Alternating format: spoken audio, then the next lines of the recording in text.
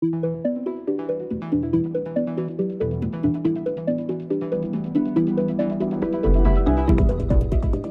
Besa Luce, and welcome to K2.0's podcast, Other Talking Points.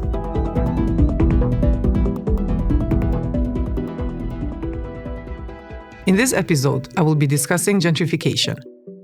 When we say that a space is being gentrified, we can be referring to many aspects of urban change. But generally, it is when a poor or underserved urban area experiences transformations that expand economic activity through the modification, renovation, or demolition of existing buildings and infrastructure in a manner that increases property values. Taken as such, gentrification may seem a quite desirable development. Indeed, for many, gentrification has become a synonym for modernization and progress.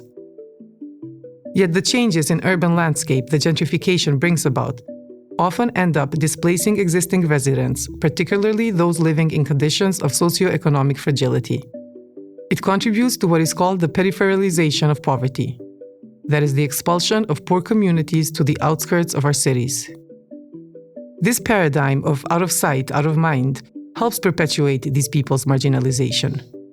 Gentrification is taking place worldwide, and the Balkans are no exception. In a region eager to move on from a troublesome communist past, neoliberal approaches to urban planning and economic development have found an ideal breeding ground in Balkan cities, and particularly in the capital cities. In Prishtina, Tirana, or Belgrade, policies that have been shown to destroy urban traditions and cultural heritage in other parts of the world are being adopted here at full speed. To learn more about gentrification and alternative pathways to urban regeneration, I have with me two architects who, with their work, counter what I find to be a common assumption, that architecture is merely a technical profession with no connection to political, sociological, or anthropological considerations. Dorina Plumbe is an architect and a PhD researcher at TU Delft University of Technology in the Netherlands. Last summer, she wrote a long-form article for K2.0 called "Is Tirana's Rapid Transformation Progress or Erasure?", one of our most read pieces in 2022, which explored the issue of gentrification in Tirana. Iva Čukić holds a PhD in urban planning from the Faculty of Architecture, University of Belgrade. She's a co-founder and member of the Ministry of Space Collective, which monitors and responds to urban transformations in Belgrade and other cities across Serbia. Dorina, thanks for being on the show. Hello, Besa, and thanks for having me in the podcast. Iva, thanks for being here as well. Thank you for the invitation. I'm so looking forward to this conversation.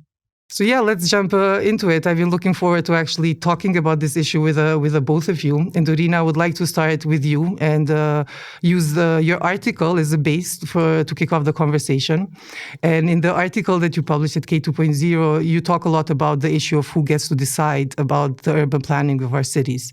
And you particularly criticize the top-down approach adopted by Albanian authorities in Tirana, who, under this slogan of no time to rest and following the vision of foreign so-called archistars, they've bulldozed their way through the city against the will of many residents, local activists, and experts. So, according to you, where is this rush coming from? But also, more importantly, who do you think the city belongs to? Well, I'll try to keep this short, although it's not easy. Well, we see now that the city for sure does not belong to the citizens, and this is a hard thing to witness. Unfortunately, people in position of power, financial and political power, own not only the city, but also the main narrative of progress to justify oppression. And they even own the critique or the pseudo-critique. And by this, I mean there is a technique of producing a narrative that contributes to a washing of what is happening in the city. We witness now the creation of a sort of a superstructure that swallows everything within its mainstream propaganda, decision-making, critique, and representation is all captured. It is a sort of a machinery that is activated and operates with an incredible speed that then there is no way how to slow it down. Not that the over-control on the city is something new. We had the experiment of state communism that is defined by many as one of the most severe totalitarianism in East Europe. But what we see happening at this moment is a reconfiguration form of authoritarianism, which is more pluriform, greed-oriented, and inherits some ways of doing from the past, like, for example, the state that operates through a bureaucratic and kleptocratic class.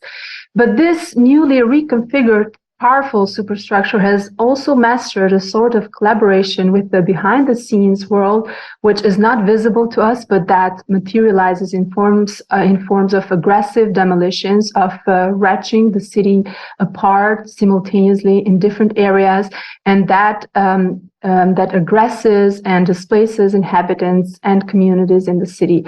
So I believe gentrification is it's just a soft word to define this.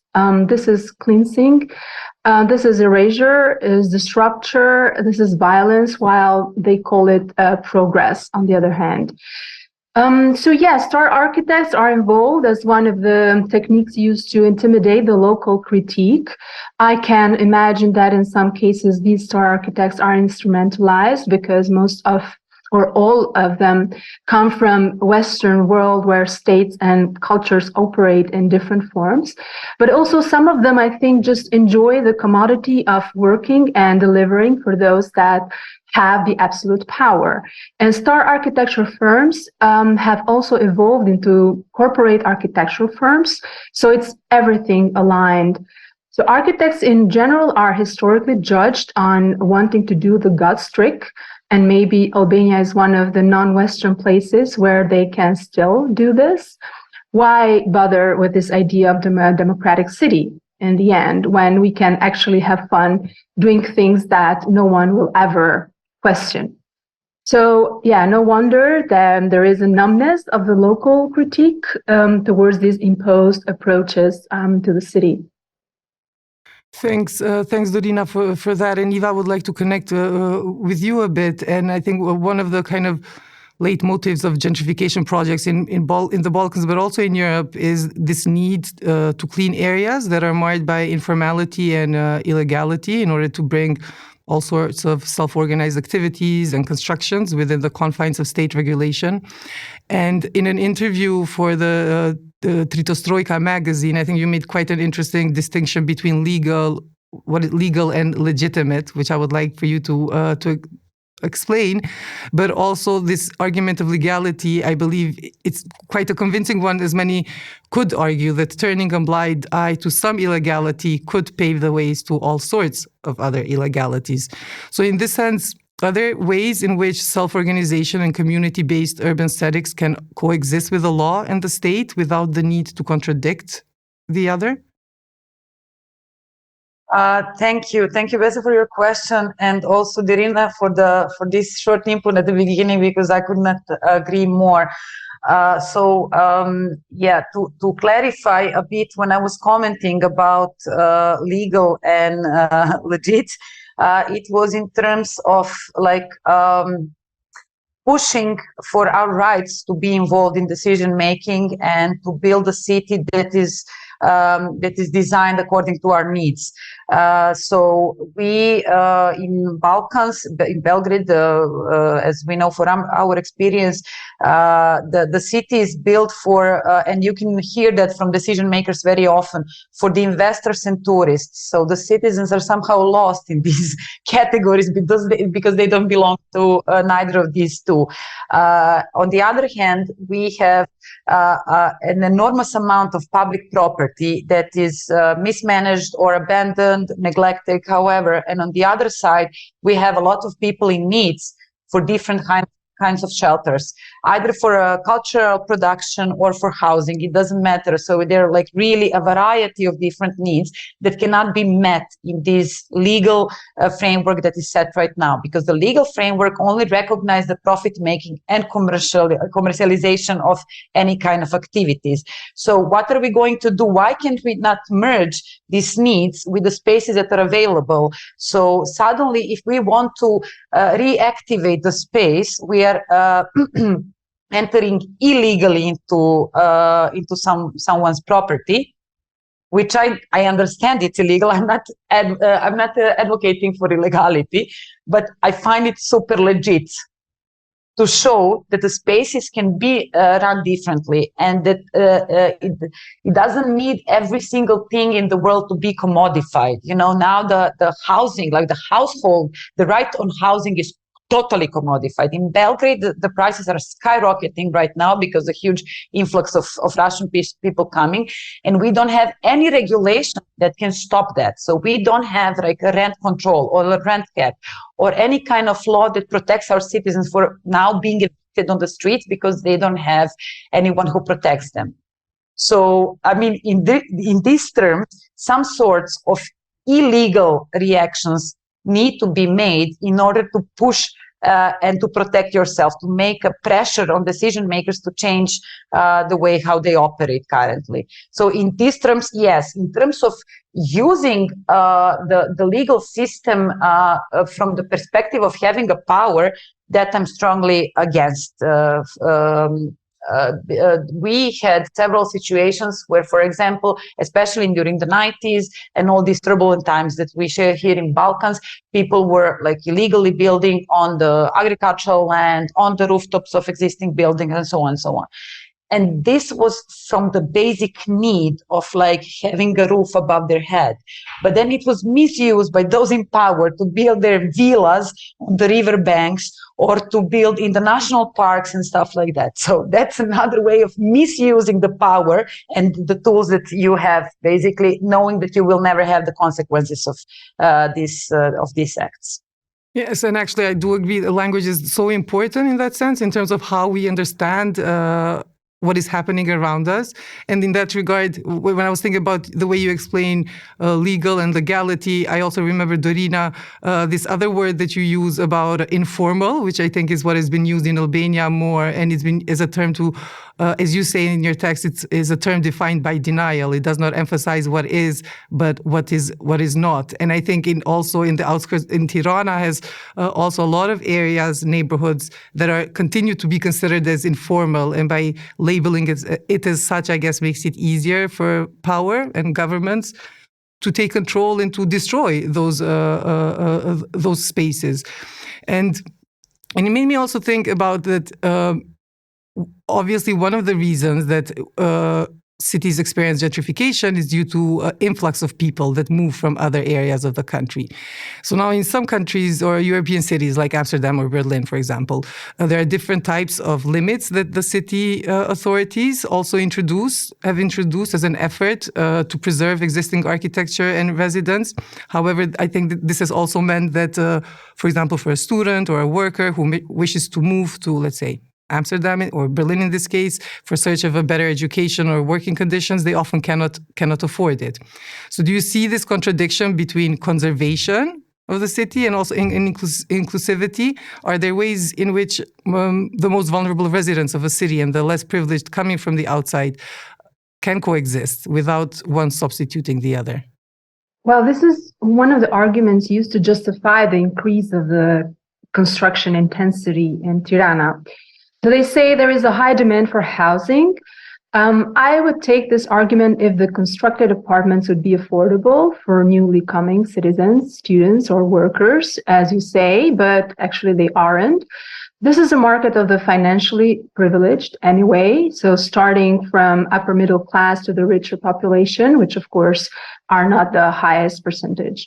So who comes in Tirana from other cities, which is another drama actually of the shrinking cities in Albania that suffer from youth migration, and concentration of more than half of the population in Tirana, which is, on the other hand, Tirana aspires to be a metropolis, but then often even Tirana becomes a disappointment, and we see the youth massively willing to leave the country. The apartments for whom is the question. So some specialists that have dared to be vocal about this issue say that this seems to be about a financial bubble made to circulate money, while maybe laundering, I don't know. Here are things, as I said, that we don't see, as I said before. So I do not want to speculate, but hey, we are not speaking about a city that is conservative, not at all. So Tirana has been always open and inclusive with flows of people, although stigmas in relation to inhabitants coming from the north or the south have always been present, as everywhere, I must say. But as I also wrote on my article on Kosovo 2.0, these differences and stigmas have been used politically as a basis for populism and to divide the population. But it is unfair, actually, I think, to reduce the acceptance culture of Tirana in binaries of conservation versus inclusivity. Also, because, as I said, this boom of construction is not happening for the sake of inclusivity. And inclusivity is not even a possible side effect of this boom of construction, because, as I said, the prices of the apartments do not allow this to happen. And with colleagues, and now I share with Eva the issue on legitimate actions from the citizens, and sometimes with other colleagues, we even imagine scenarios where empty apartments get squatted someday, but that's very hard to happen actually in Albania. There has been. What about? I'm actually to stop a bit and to talk about the to squatting into that effect, because I do. Like, has there been more experiences like that in Belgrade, for example, Eva, of also citizen activism and really kind of using their physicality to make themselves more present and heard? In Prishtina, there have been little attempts, and then I would also love to hear about Tirana in that regard. Yeah, so squatting is currently, I mean, it's kind of tolerated, to be honest, but there are not many examples. So there were much more in the previous decade. So let's say from 2000, 2005 to 2010, 11, 12. And Ministry of Space was involved in squatting several spaces on the territory of Belgrade. That's how this collective started, by squatting the abandoned building that was a former Yugoslav company for film production, Inex Film. In 2010, and from there the Cinema Zvezda, and also we are involved in this Magazine Cultural Center, so in several different venues. But what I would like bring on this table as something that is happening in the recent years, and I think that we as an organization contribute a lot to it, is this politicization of the question of urban planning. So we manage somehow to mobilize wider community around the issues of urban planning. And now we do have dozens of active neighborhood groups on the territory of Belgrade who are reacting on different investors' urbanism examples, as we wanted to say, and also supporting each other, creating a network of initiatives who are fighting for a better living conditions and the quality of life. And Eva, what about the Ne davimo Beograd initiative and the kind of the effect that all of that produced in this struggle? Yes, I actually think that the Ne davimo Beograd was a turning point of this politicization of urban planning, let's say like that. So we did. We founded as a collective Ministry of Space Ne davimo Beograd platform, which was founded with the idea to oppose Belgrade waterfront project, which is in terms of like scale and controversy of this and like presentation of neoliberal ambition was the biggest. And it took us really a long time to address all the problems that it brought, and also to use the language that is simple for like wider public to understand it. Like terms like gentrification, it's not something that common people can understand, which is totally fine. So you need to find the means and the ways to translate all the problems. And then what actually triggered the massive protest against this project was the night demolition in 2016 of the area of the private property there that happened during the election night, and that and for which the high city officials were accused, but without consequences. Now they're all ministers in the current government.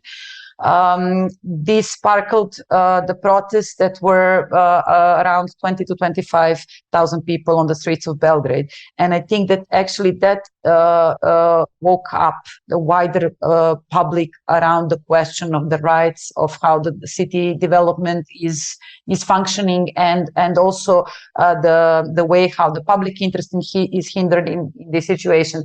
And from there, Nedavimo Beograd became a political platform that now, after the elections in 2020, in April 2022, the corona totally erased the time scale from my head, actually won some seats in the city hall and on the national parliament as well, being the only green left party in Serbia now.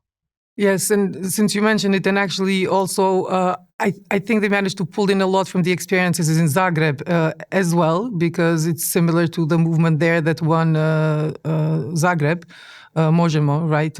Yes. In Zagreb. So I think it's interesting that potentially, I mean, we're seeing even more of these cross-border kind of sharing of experiences in terms of how new political platforms are being shaped and are being built up.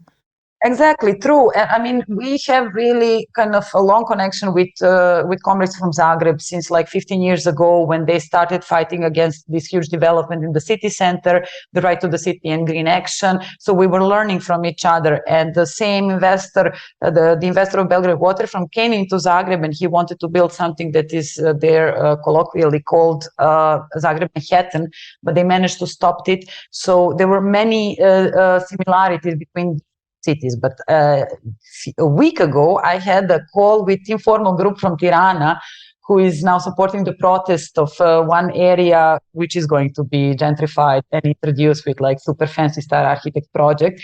And, you know, we don't have in Belgrade many opportunities to learn from Albania, especially, you know, we're somehow disconnected. When I was listening to them, I was like literally going through all the phases that we went through. Like everything is 99.9% same. And, you know, it's much more fruitful when we exchange and learn from each other, because the context is almost the same than when you compare your situation to some developed countries. Because you can learn and adopt these learnings into your own context, but it's like, you know, parallel universe. Well, this is something that you have in your neighborhood, and we have to learn each other and learn from each other how to fight these things. Dorina, I think in the case of Tirana, I think when the theater was demolished in May of 2020, it was a very also critical moment in this regard. And there was a lot of activists, a lot of artists who were there in the building of the theater trying to save it. And actually the demolition happened at around it was like 4:00 in the morning during lockdown of the pandemic. That was the first early months of the pandemic. And it made me think, when I was thinking about examples of squatting in Tirana, but we couldn't call that squatting necessarily, because they were actually trying to protect something that they think that belongs not just to the city, but also to an entire community.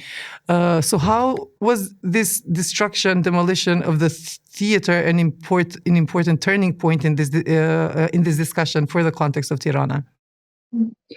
Yeah, well, I don't know if you can call it squatting, but there were features of squatting there for sure. So it was an occupation of the building from a group of, a community that wanted to preserve it. It was a multitude, actually. It was not a community that is, that can be easily identified as from one side or the other, like political sides. I mean, it was a mixture. So it's interesting to see how, what sort of a mixture it was, because you could hear like people shouting out fall of communism, calling for the fall of communism, because they saw connections to that, but there were people also calling out the fall of fascism. So it's interesting, because it was a very, very nice mix. Nice, I mean, if I can use that word. So that is one of the cases that we can recognize as an important moment of when the citizens claim their space in the city. They would protect their own theater and not only occupy it, but there was there were entire practices of care for the building. It was cleaned up. It was put again in use. There were performances that were created there, talks. There was an open microphone. It was a very very, very rich movement. And it was very uglily, oppressed. But in terms of squatting, so yeah, it was, I must say, also for the theater, that it was a turning point, as you say. So it's, I don't know, I still do not have an explanation for the sort of violence that it was used.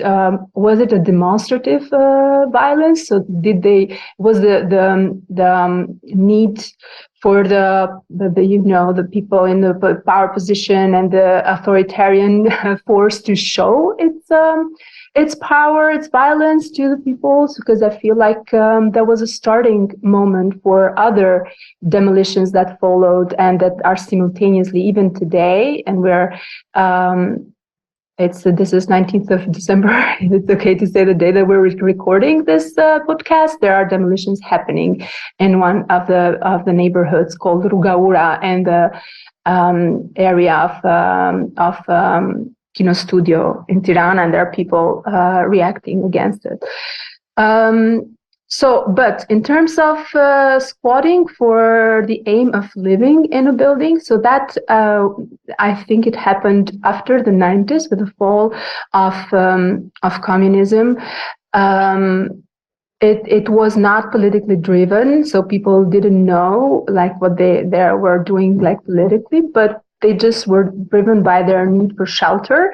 And so there were people coming from remote areas moving to Tirana, and they were positioned in ex-industrial buildings, for example. And I'm doing myself some architectural ethnographic research with the community that has been situated in an ex-industrial building in the Combinat area in Tirana. And it's incredible to see how people relied on each other when the state was not there. So there is some knowledge and there is some human agency, which I believe that there's a lot to learn from it. Unfortunately, that those are being demolished as well to be replaced with normal, with what we see like generic apartment buildings that we see all over and everywhere. Yes, no, exactly. And it made me think also when you were talking about that, how people also created a community, and they didn't just, they came to Tirana for the need of shelter, but then really helped one another set up. And that element of care that is very important, and solidarity in the community. But then also, I think it makes me think also about what we think of a home being. So in these cases, and what both of you have been talking about, the tendencies now that to think of house as just something with a monetary value, just as a commodity. And we have lost that feeling of home. It's also a place where you are part of a community, there's a family, there's the memories, and all of that are very important to who we are as individuals. So it feels that the challenging, of course, is very much also ideological, that we need to be doing. But what are the spaces for these conversations to be heard more, to be talked about more? Because, especially with Tirana, the changes that it has undergone, you'll hear so often people saying Tirana is becoming a true urban city, developed, Western looking, but people completely disregard just on whose back that is being done, on the backs of a lot of people that have lost their entire life, their entire memories. How can we make sure that these conversations are happening more and dominating more in terms of how we think of what the city should be? Well, yeah, I know that the main discussion and concern is history of the city, the identity of the city, and these kind of big concepts. And I know that most of the few voices that came out against what is happening in the city use the argument of the historical city memory and so on, which is very important for the connection to a city and feeling belonging. But I must say that there is much more than that. And this is not only about history. It's about, as you said, community living, which in many Western cities, for example, is lost. And we see hard work being done by professionals in the West to regain it back by design and urban policies. And actually, Tirana still has it. In Tirana, there is a sort of communal living in the everyday routine of having coffee, which I'm sure also in Belgrade, of using the street for vending, to go to the bazaar. You feel spring has come because street vendors are selling flowers, and fall has come because they sell fruit and that grow in their gardens. So mostly women coming from the peripheral area that are also, persecuted by the municipal police, unfortunately. So Tirana has its human agency and actively participates in the production of a space in the city. And this is precious, it's fragile, but also persistent, I might say, because it has been organically cultivated and it's inherited in the culture. So they are aiming to put fruits in plastic containers and sell them in supermarkets, when actually we can have them firsthand, as we are always used to buy them by the people that produce them. And this is available and affordable for all, and it's everywhere, but they are gentrifying this as well. So they want to put the organic, biological produce in shelves for the privilege to call them organic shops or whatever, selling them with high price, mimicking what's going on in the Western world, for example, that has its issues, which are transposed in Albania, like artificially. And why Tirana cannot be a modern city with street vendors. Why street vendors are an ugly image for the authorities, I do not understand. It can be part of the character of the city. But and where should these discussions happen? Unfortunately, that happen there are very few people speaking about these things because of the, as I told, it's not easy to come out and speak against an authoritarian power that you feel it everywhere in your everyday life. But it should happen in the universities. It should happen in the media. It should happen. I'm sure it happens in the cafes. It's not present. It's not documented. Just like actually we have like a oral culture of sharing things with each other. It is present. The anxiety of the city changing, of the lifestyle changing. It is present when you live in Tirana. You feel it. But it should be happening also, like what you're doing with this podcast. And Eva, to connect in this point with you as well, because obviously when we're talking about alternative pathways to gentrification, we talk about how important it is to include residents in the decision-making process about the transformations that are taking place in the neighborhood, which does not happen always in our cities, or maybe if it happens, it's more exceptions. So what are the forms, according to you, what are the forms in which this participatory decision-making can take place in practice? And if you have examples to bring.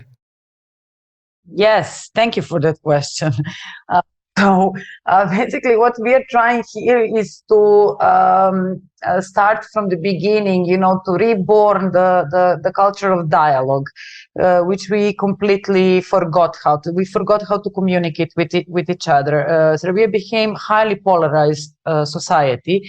We're like where people are unable to communicate on any issue, whether it's political, it's social, it's about the food, everything is or it's like really very tense atmosphere. So in terms of urban planning, we do advocate for more participation in decision making, and there is some kind of legal minimum in the process of planning that allows people to participate in two phases of the plan. But the law also doesn't say that you cannot participate more. So it really depends of the will of the people who are doing the plans and political will at the same time. So what we did in the last many years, so we try to translate the urban planning into a very simple language and process, not to banalize it, and also to think about new tools that can be introduced. And what we are currently developing is the model of participatory forums. It's like mini publics or citizens' assemblies that we started in November 2021 with one local group in Novi Beograd, and then we continue working in different parts of Belgrade with active citizens, but we also did one on the general plan of Belgrade with a representative sample of Belgrade citizens. And these forums last from 8 to 16 hours. They are professionally moderated. They're super prepared before with like informative materials and experts being involved. And it really gave great results. because we proved that, first of all, people know how to articulate their needs and wishes once they are informed and educated. So that's the first step. They need to be informed in order to make decisions. So once you do that process, and they're also able to communicate among themselves, even though they're coming from different political backgrounds, educational backgrounds, whatever, like class backgrounds, they are able, and the results are really great, because these results are representing something that came as an ending of the deliberative process, where they all managed to agree on priorities and on how things should be done. So for us, that's like the biggest success, one of the biggest success this organization is currently achieving. And also, for example, the Urban Planning Institute recognized these efforts, and they invited us to participate in the plan that they are now developing with this model to see if it works or not. I mean, of course, we have to take everything with care, because you never know, is it just like showing that they are open to the initiatives, or they really want to embrace it and like work with it, because it requires a lot of resources and capacities. Thanks for that, Eva. And Dorina, I think that in Tirana, potentially it's a bit of a different experience, because I think for the Tirana 2030 plan, which is an urban plan that finally came to the city after a very, very long time, there was a lack of discussion with people. And it is actually this Tirana 2030 that is pushing a lot of the destruction and a lot of the demolition happening in the city. So how do you see these conversations happen? But at the same time, actually, what I think Tirana has had, it's had a lot of these protests happening, especially, for example, with the Combinati, the May 5 street. There was people in the streets as well. To what extent did those voices of those protesters, of the citizens, actually manage to penetrate in the discussion? And do you see there being more of an insistence after all of this experience in Tirana for more public hearing, more public discussion and involvement? Maybe I can say some few words about Tirana 2030, but the reactions against it, the resistance, unfortunately, did not. I feel like it did not meet. So much. I mean, it just there were people in power. Let's say the mayor and those that have the decision making. They are actually just calling these people the minority. So they keep on using the same narrative and the same propaganda, that they're being stigmatized as people that want to stop progress. I don't think that it had much effect, actually, against this, what I said at the very beginning. This is a superstructure. This is a machine, actually. It's so hard that voices that react in the city have an impact on it and can really have an agency on the decision-making. It's true that there were reactions, but the demolitions keep on continuing with a fast pace. Eva, you smiled, Eva, when Dorina talked about how power is trying to frame activists and resistant voices as people against progress. What are, in this regard, I'm interested, what are the dominant kind of narratives in Belgrade? Yeah, I heard that sentence so many times in my life. Like at least a few times per year, these people are against progress. I really don't understand even like what they mean by the progress. Whose progress? In which way that's the progress? Like the benefits are these numbers that they're like putting out on the table without any meaning. They're like all like vague terms, buzzwords, some narratives and mantras that are related to neoliberalism. That's it. That's nothing thoughtful or thorough behind it. So there is no conversation about where do we see ourselves How do we see our city in the future? So I remember when the Belgrade waterfront was introduced in 2013 and 14, it was introduced as a ticket, like a ticket out from this crisis, ongoing crisis that we are going through, economic vigor, progress, and new identity. New identity. Which identity? What was wrong with the old one? The old one, which old one we are referring to? Are we referring to the Middle Age, or we are referring to the Yugoslav period, or we are referring to the 90s? So, this kind of discussion, you're totally lost. No, but those who are in power, they're dictating how we should think without any kind of opportunity to have a conversation around it. We also have a general plan that is now introduced for Belgrade 2041, like a drafting document of where cities should be in 20 years. We see that as like a generational opportunity to have a wider discussion about the future of this city, and not like to put it top down. What are the thoughts of these 1% of the people in power who are actually thinking about city development in terms of their political mandates, So this is not how you're leaving any kind of spatial imprints without thinking the long-term effects of these decisions. Exactly. I would like to switch to another point of gentrification that Dorina, you've also brought up before. It's about how in Tirana it's being accompanied also by greenwashing. So meaning that there's also the erasure of cultural heritage, and removal of residents has also been justified basically on this imperative that it's going to help contribute, make also the city greener. And if you can just explain why you consider the greenification to have been also just a cosmetic procedure, and how do you think cities can actually increase their environmental sustainability without falling in the trap of gentrification? And I think environmental sustainability is definitely going to be the next big topic that we're going to need to talk about in the context of our cities. Yeah, well, here I'd like to speak a bit about the compact city, actually, which is a concept in urban planning that is being used to justify the increase of density population in the city as per the general plan of Stefano Boeri, Tirana 2030. So what is a compact city, and why they call it a sustainable city, and it's good for the planet? Lately it was suggested. And so there are many contradictions when it comes to how the compact city is being implemented in Tirana. It's a concept based on high density, but this urban form is not only about the dense construction, but relies heavily on infrastructure, a clean infrastructure, on technology. So compact city comes with all other concepts of smart city, new and city technologies, and also and so on. As Eva knows, that as she said, also many buzzwords that float in these discussions. So as part of the characteristics of compact cities, the multimodal transportation, non-automobile, and most highly efficient public transportation. We know that from literature, etc. If we do not have this, which is the case of Tirana today, so we create the same issues that the cities of the 19th century had, actually, when people wanted to leave because the city was not livable.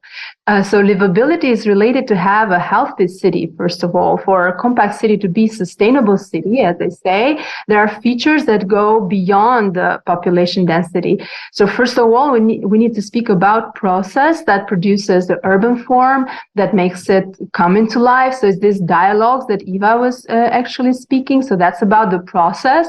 So any attempt to make a city more sustainable by imposing an urban form is counterproductive, to say the least, and highly problematic and damaging to the social urban fabric. So the urban form shall be conceived as a processual outcome, so overcoming static tools of planning and zoning as they are part of the last century modus operandi.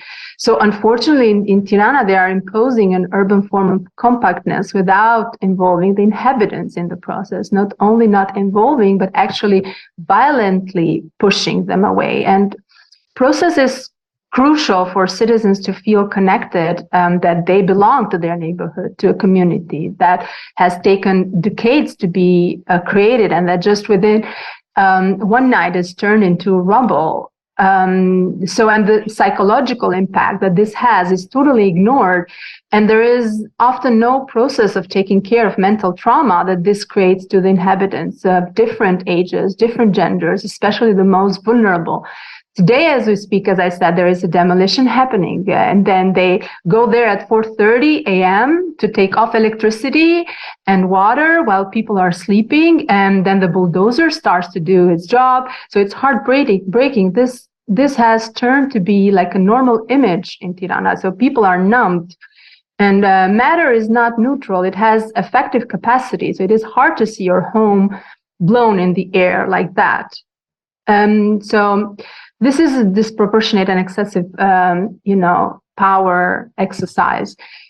So they say they're creating a Tirana that will influence the human behavior as well. So this is like a deterministic approach, which in architecture history we have seen failing during the times of modernism. And they say density means intensive social interaction, but putting people together does not automatically mean there will be a community of solid ties.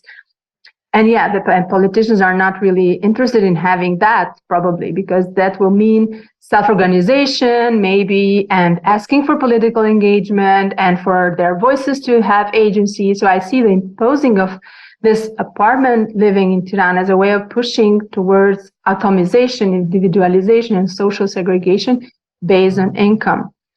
And there are no, as Eva also said about Belgrade, there are no policies to soothe this effect. And you cannot create a city out of plans designed on paper only. So the process is more complex and should be inclusive. And if there is no connection to the contextual situation, then fallacy is as well warranted.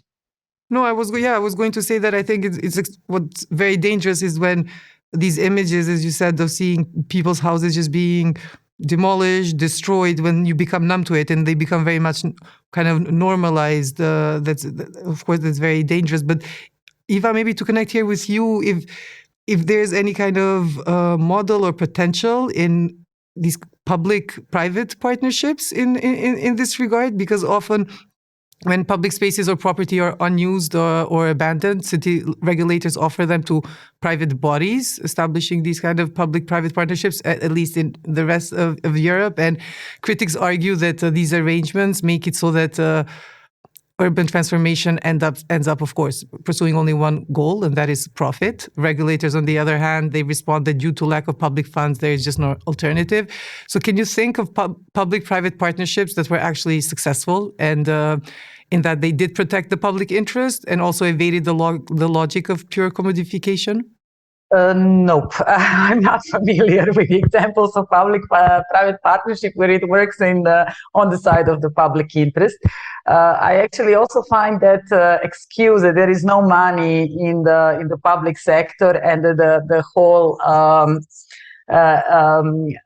prosperity of the society is based on the efforts of the private sector. So I think that's another neoliberal mantra. I think the money is mismanaged and that the priorities are put wrong.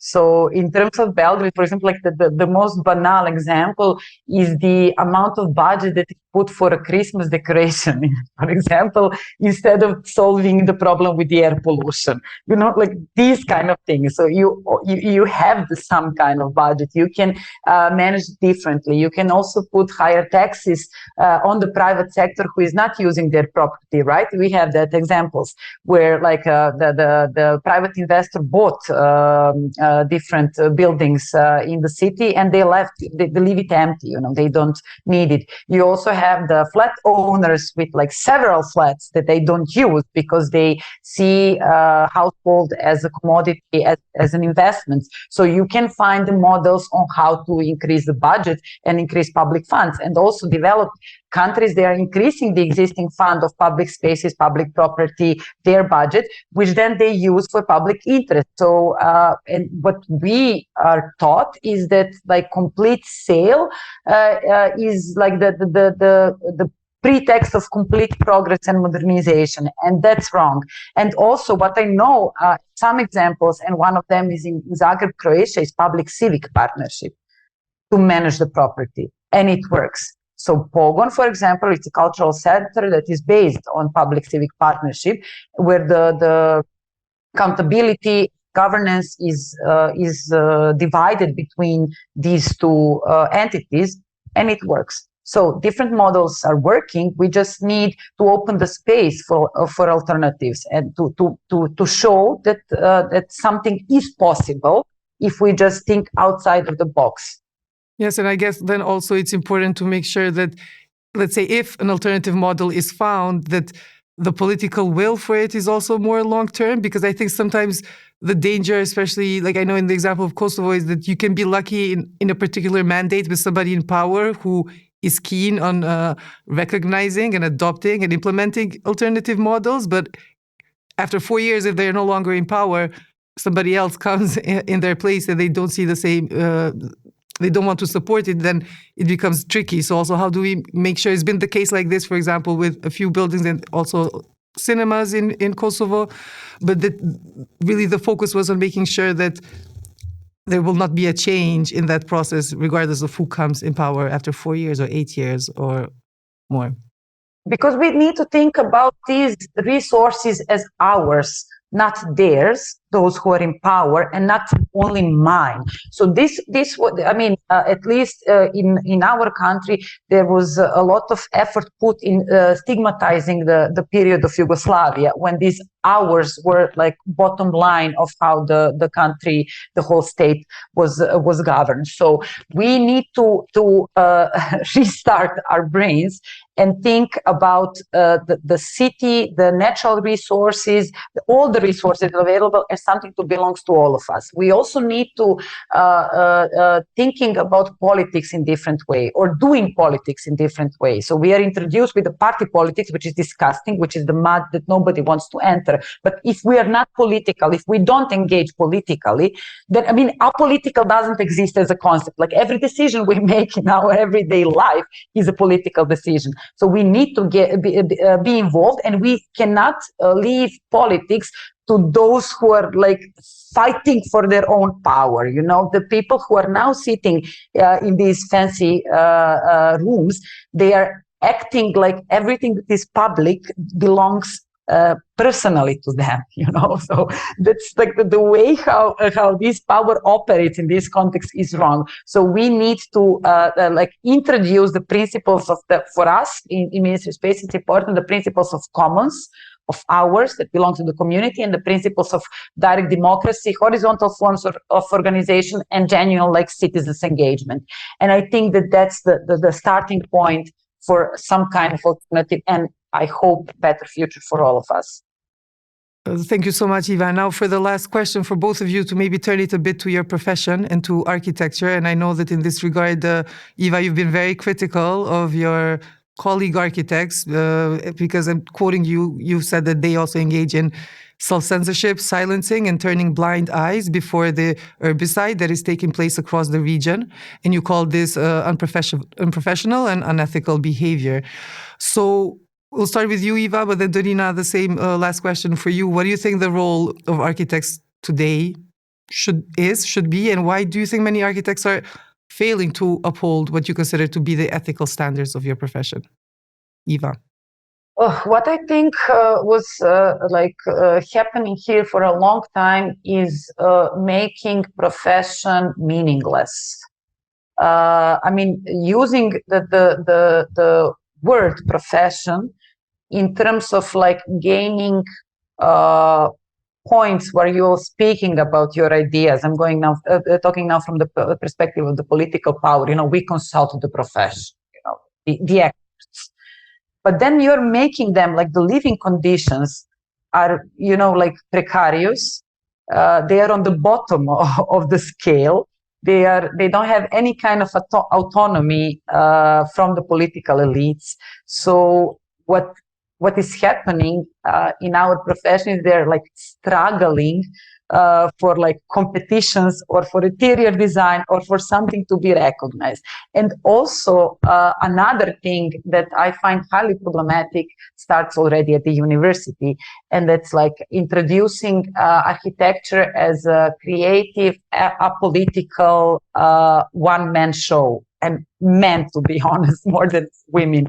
So, like very self-centered. I know all the me's. I will, my mind will blow them out when I graduate. And I don't go into conflicts, I just like create nice buildings without thinking what are the consequences of that approach. So we need to start changing the way how we work already at the university, to introduce more collectivism, introduce more interdisciplinarity, to introduce politics, to talk about, not just like ignore what is happening around us, and think that all of us, once we graduate, we will become, new Zahas or Norman Fosters or whoever, which, to be honest, I also thought when I graduated in 2008, like I'm the new one.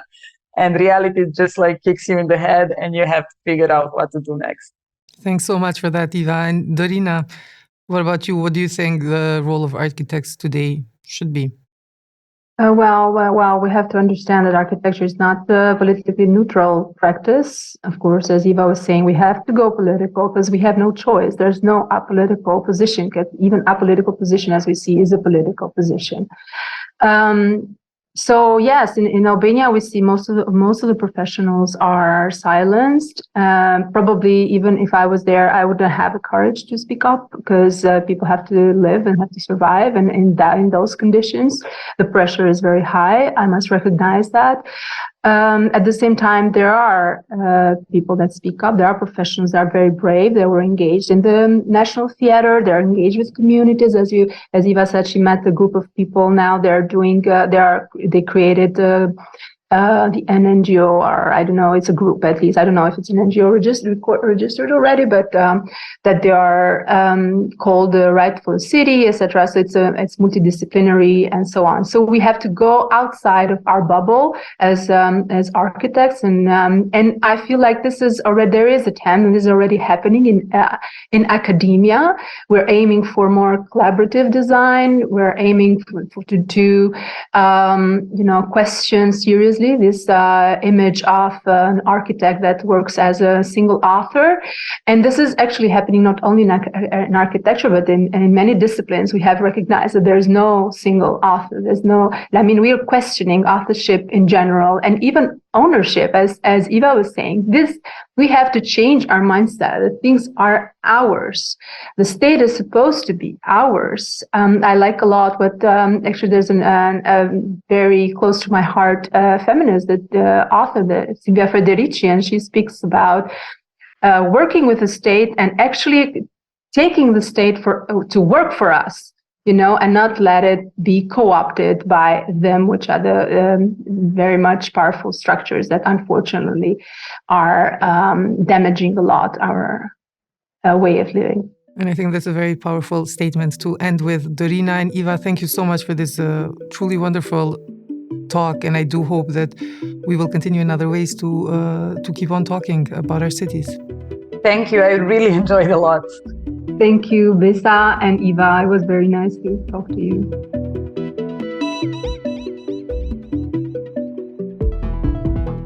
Other Talking Points is a K2.0 podcast.